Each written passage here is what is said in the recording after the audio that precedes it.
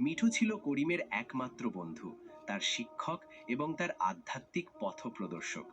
করিম যখন কোনো ইসলামিক বিষয়ে দ্বিধায় পড়ত, মিঠু তাকে এমন কিছু কথা বলতো যা তার হৃদয়ের সন্দেহ দূর করে দিত। একদিন করিম মিঠুকে জিজ্ঞেস করল, মিঠু, তুমি আমাকে সবসময় ধৈর্য ধরতে বলো, কিন্তু ধৈর্য কাকে বলে? যখন আমার পেট ক্ষুধার জ্বালায় জ্বলছে, তখন আমি কিভাবে ধৈর্য ধরব? মিঠু তার খাঁচার ভেতরে একটু নড়ে চড়ে বসল এবং বলল, করিম, ধৈর্য মানে শুধু কষ্ট সহ্য করা নয়। ধৈর্য হলো কষ্টের সময় আল্লাহর ওপর থেকে বিশ্বাস না হারানো। আল্লাহ কোরআনে বলেছেন, নিশ্চয়ই আল্লাহ ধৈর্যশীলদের সাথে আছেন। সূরা বাকারা, আয়াত ১৫৩। যখন তুমি ক্ষুধার্ত, তখন ধৈর্য ধরো, কারণ আল্লাহ তোমার জন্য রিজিকের ব্যবস্থা করছেন। তোমার কাজ হলো চেষ্টা করা, আর ফল আল্লাহর হাতে ছেড়ে দেওয়া। করিম বলল, কিন্তু আমার চেষ্টা তো ব্যর্থ হচ্ছে। আমি প্রতিদিন কঠোর পরিশ্রম করি, তবু আমার জীবনে কোনো পরিবর্তন আসে না। মিঠু বলল, করিম, তুমি কি জানো তাকদীর কি? তাকদীর হলো আল্লাহর জ্ঞান। আল্লাহ জানেন তোমার জন্য কখন কি ভালো। ধরো তুমি আজ বেশি কাঠ বিক্রি করে ধনী হলে, সেই সম্পদ হয়তো তোমাকে অহংকারী করে তুলতো এবং তুমি আল্লাহকে ভুলে যেতে। আল্লাহ তোমাকে দরিদ্র রেখেছেন যাতে তুমি বিনয়ী থাকো এবং সব সময় তার কাছে সাহায্য চাও। তোমার বর্তমান দারিদ্র্য তোমার জন্য এক ঢাল, যা তোমাকে জাহান্নামের আগুন থেকে রক্ষা করছে। মিঠু করিমকে রিজিকের রহস্য বোঝাতো। সে বলতো, রিজিক শুধু টাকা পয়সা নয় করিম, রিজিক হলো তোমার স্বাস্থ্য, তোমার ঈমান, তোমার শান্তি। আল্লাহ তোমার রিজিক নির্ধারণ করেছেন, যেমন তিনি আমার রিজিক নির্ধারণ করেছেন। আমি খাঁচায় বন্দি, কিন্তু আমি প্রতিদিন খাবার পাই। আমি উঠতে পারি না, কিন্তু আমি কথা বলতে পারি। তোমার রিজিক তোমার কাছে আসবেই, তা তুমি যেখানেই থাকো না কেন। যেমন তুমি আমাকে গভীর বন থেকে খুঁজে এনেছিলে। এটা কি তোমার চেষ্টা ছিল, নাকি আমার তাকদীর ছিল? করিম মাথা নেড়ে স্বীকার করত, এটা অবশ্যই তোমার তাকদীর ছিল। মিঠু বলল, ঠিক তেমনি তোমার রিজিকও তোমার কাছে আসবে। তোমার কাজ হলো হালাল পথে চেষ্টা করা এবং আল্লাহর উপর তাওয়াক্কুল করা। তাওয়াক্কুল মানে হাত গুটিয়ে বসে থাকা নয়। তাওয়াক্কুল মানে হলো তোমার সাধ্যমতো চেষ্টা করার পর ফলাফল আল্লাহর হাতে ছেড়ে দেওয়া। তুমি কাঠ কাটো, এটাই তোমার চেষ্টা, বাকিটা আল্লাহর ফয়সালা। এই কথোপকথনগুলো করিমের হৃদয়ে এক নতুন আলো জ্বালিয়ে দিল। সে আর তার দারিদ্র্যকে অভিশাপ মনে করত না। সে মনে করত এটি তার জন্য আল্লাহর পক্ষ থেকে এক বিশেষ পরীক্ষা, যা তাকে জান্নাতের পথে এগিয়ে নিয়ে যাচ্ছে। করিমের এই পরিবর্তন গ্রামের মানুষের চোখে পড়ল। সে আগের চেয়েও বেশি শান্ত, বেশি হাসি খুশি। তার কুঁড়ে ঘরটি এখনো ভাঙা, কিন্তু তার মুখ থেকে হতাশার চিহ্ন মুছে গেছে। একদিন গ্রামের এক যুবক, যে করিমকে নিয়ে ঠাট্টা করত, সে এসে জিজ্ঞেস করল, করিম ভাই, আপনার এই শান্তির রহস্য কি?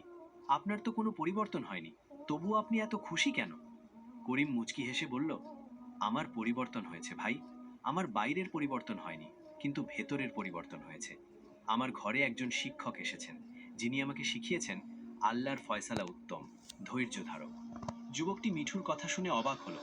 সে মিঠুর কাছে গিয়ে জানতে চাইল, পাখি, তুমি কিভাবে এত বড় কথা বলো? মিঠু তখন কোরআনের একটি আয়াতের অর্থ বলল। আল্লাহ বলেন, আর যে আল্লাহর উপর তাওয়াক্কুল করে, তার জন্য আল্লাহই যথেষ্ট। সূরা তালাক, আয়াত ৩। যুবক, তোমার রিজিক তোমার কাছে আসবেই, তুমি শুধু আল্লাহর উপর ভরসা রাখো। মিঠুর এই কথাগুলো গ্রামের মানুষের মধ্যে ছড়িয়ে পড়ল। করিমের কুঁড়ে ঘরটি হয়ে উঠল এক ছোটখাটো মাদ্রাসা, যেখানে মানুষ আসত আল্লাহর উপর ভরসা রাখার শিক্ষা নিতে। করিমের জীবনের সবচেয়ে বড় পরীক্ষাটি এলো শীতকালের এক রাতে। সেদিন আকাশ ছিল মেঘে ঢাকা, বাতাস বইছিল হু হু করে। করিম নামাজ শেষ করে শুয়েছিল। মিঠু তার খাঁচায় শান্ত ছিল। রাত তখন গভীর। হঠাৎ শুরু হলো এক ভয়াবহ ঝড়।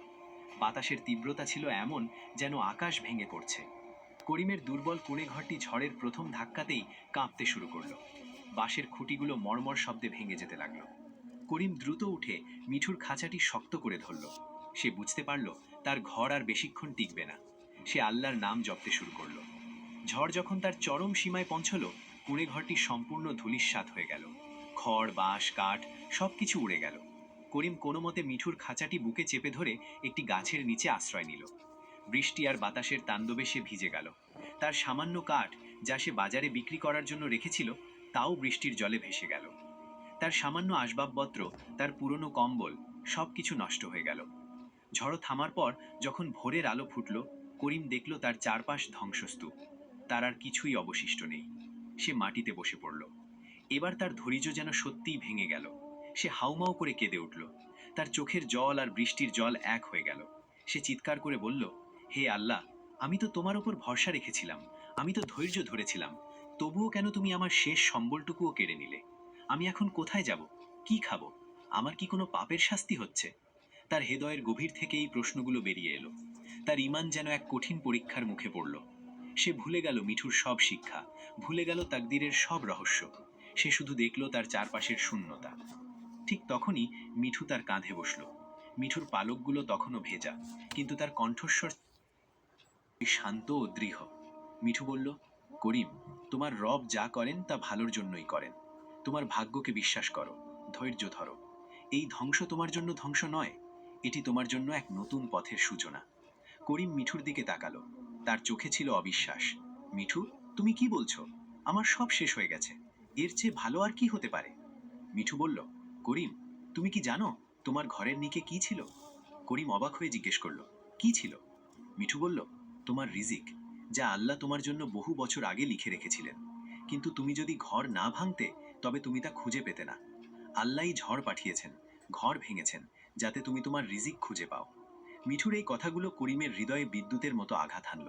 সে নিজেকে ধিক্কার দিল। সে আল্লাহর উপর ভরসা হারিয়ে ফেলেছিল। সে দ্রুত উঠে দাঁড়ালো।